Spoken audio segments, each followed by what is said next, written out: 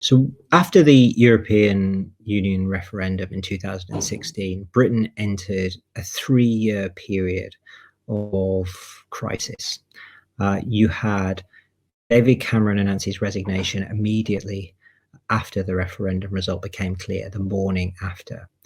Uh, a Tory election campaign, an internal Conservative Party leadership campaign, was then began and quickly picked Theresa May when all the other candidates fell away very quickly, including Boris Johnson and his main rival at the time, Michael Gove, who were the two leading campaigners for the Vote Leave campaign. So you had this chaos almost immediately. Theresa May emerged from it and then looked extremely powerful for a while.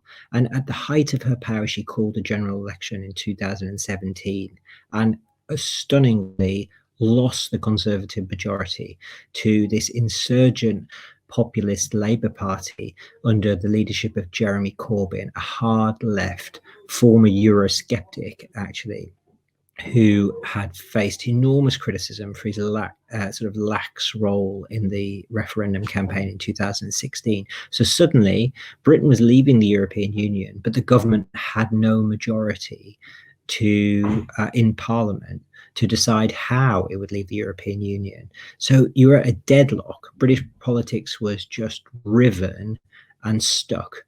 And that lasted for 2 years as Theresa May desperately tried to find a way to assemble a majority in Parliament to pass a divorce deal with the European Union, taking Britain out on terms that were acceptable to a majority in Parliament.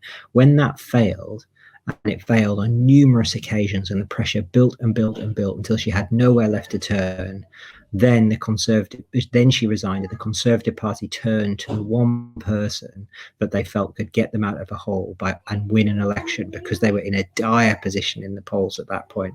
And that person was the leader of the Brexit campaign, the figurehead, the guy who had been London mayor and had a record of winning elections, and that was Boris Johnson.